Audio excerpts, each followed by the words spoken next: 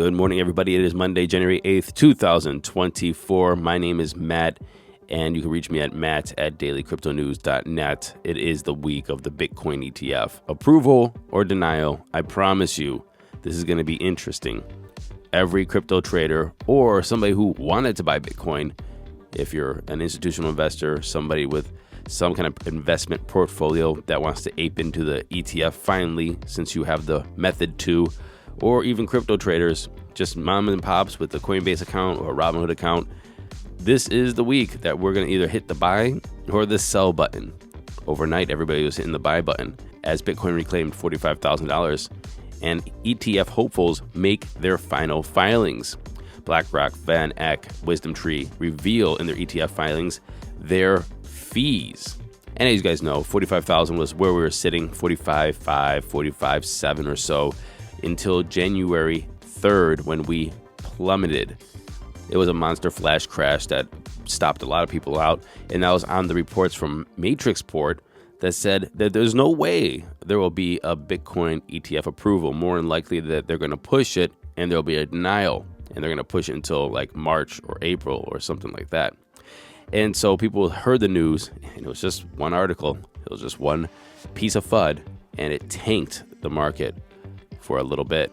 Well, we reclaimed that 45,000 price. We're hopefully heading up, and if Bitcoin's ETF approval happens, applicants BlackRock, VanEck, and WisdomTree have revealed their fees for their ETF, and BlackRock's fee is going to be around 0.2% for the first year, or until the ETF reaches $5 billion in assets, after which it will raise to 0.3%.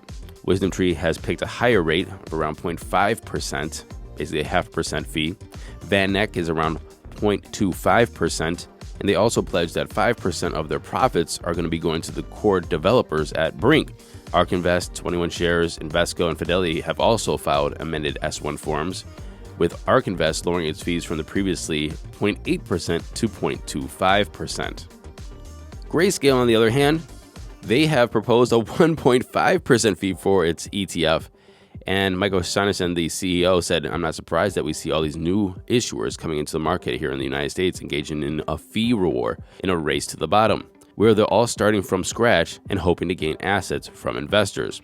And I think he's right there. Everybody's trying to get those lowest fees so they attract as much money into their ETFs as possible. And then once they hit certain targets, for example, BlackRock hitting that $5 billion target, then the fee goes up.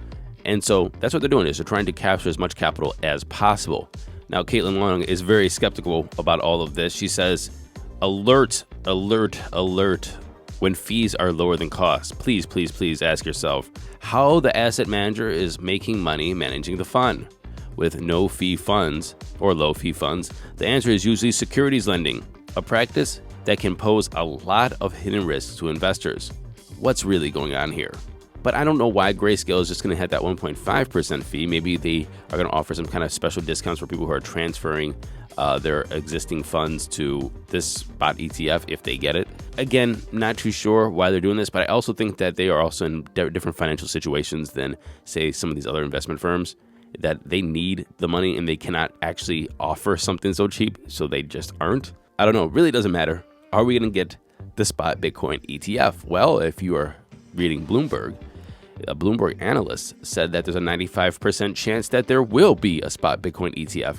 Everybody's predicting that that's going to happen Wednesday. We keep kicking the ball down the court, or something down the field, or the can down the road. I don't know what it's called. But anyway, the can is being kicked to Wednesday now as the proposed date, the speculative date of the spot Bitcoin ETF. And as I know, everybody who listens to this show listens very intently. And so you understand, I said 95% chance of it getting approved.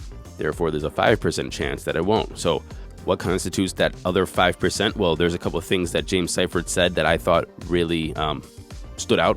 Number one, Gary Gensler goes nuclear, and the SEC denies it, using new reasons and ignores the court, knowing that they'll end up back in court. He says unlikely. I think that's a very good possibility. The Biden administration comes down and does something to stop it. I don't think that's a possibility. He says it's unlikely. I don't think that's going to happen. But Gary Gensler just saying, hey, look, I'm trying to protect investors. Take it back to court. Here's my reasoning.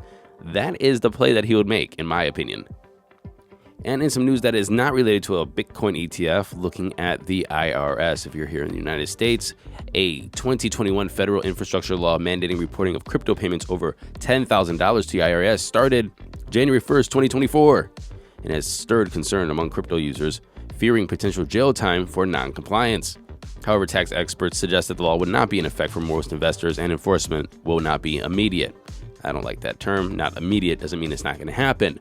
See, what happens is the law requires for the payer information for the transaction. So if somebody sends you 10,000 Bitcoin, you need to have their name, address, all their information, and their social security number, which you really want to set somebody up is just send them some $10,000 worth of Bitcoin or something, and then they are now automatic felons. The debate is over the law's application for typical crypto users and potential challenges for DAOs and crypto exchanges. There are legal actions being had, including a lawsuit by Coin Center claiming that the law is unconstitutional. And because this lawsuit is happening, it indicates that the enforcement might be delayed. Full Beer Bottle tweeted that they're launching an ETF at 0.15% fees, and then all of the fees for 1 year will be sent to Satoshi's address in order to force him to report his identity to the IRS, which is kind of hilarious. And other people said dirty tricks. That's where I got my example from, is people have been tweeting and said, hey, you want to take out your enemies? Just send them $10,000 worth of crypto and then report them for not having your name and your information while they receive that money. Look, I understand reporting that you received $10,000 and above because of IRS and tax purposes and money laundering, and say, hey, I got sent $10,000. I want to pay my fair share, whatever, and this is the money I got.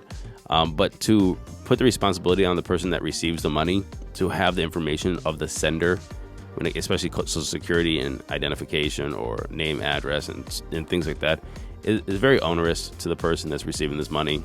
I think it's absolutely ridiculous. Anyway, enough rambling. What's not ridiculous are those crypto prices right now. Here comes the money. Here we go. Money talk. And the time is 10:25 a.m. Eastern Standard Time. Fear greed's at 67. We're greedy. Bitcoin sitting at $44,829, up 1.2% in 24, but we're dropped back down a little bit. We're like down 0.5% in 1 hour. Went up to over 45,000. Now it's dropped back down a little bit. Ethereum's at $2,261, up almost 1% in 24. Tether's number 3. Binance is at 302, down 1.3%, and Solana is at $94, down 1.2%. By the way, Solana was at $88 yesterday, and it's up, but it's down from when I saw it yesterday. I think it was probably about 12 hours ago. The whole market is down besides Bitcoin because a lot of money is just going into Bitcoin. Everybody's, putting alts, like pushing alts back until after this ETF. If the ETF happens, Bitcoin will go up. Then money will probably start trickling into alts, but also Bitcoin will pull the altcoin market with it. But if you had FOMO with some of these coins in the past couple weeks, then this might be a good buying opportunity. Not financial advice, obviously. Running off the top 10, we have XRP, USDC, Cardano. Avalanche is down around 14% in 7. It's at $34. It went way over $40. So again, buying opportunity, maybe. And Dogecoin is number 10 at 7.9 cents. The total market cap is sitting at 1.67 trillion, up about 0.5% in 24. We have a Bitcoin dominance of 52.8 and an ETH dominance of 16.3, and that was our show today. I will see you guys tomorrow, and if we do get a spot Bitcoin ETF, trust me, I'll be hopping back on to talk about it. And until then, happy hodling, everyone.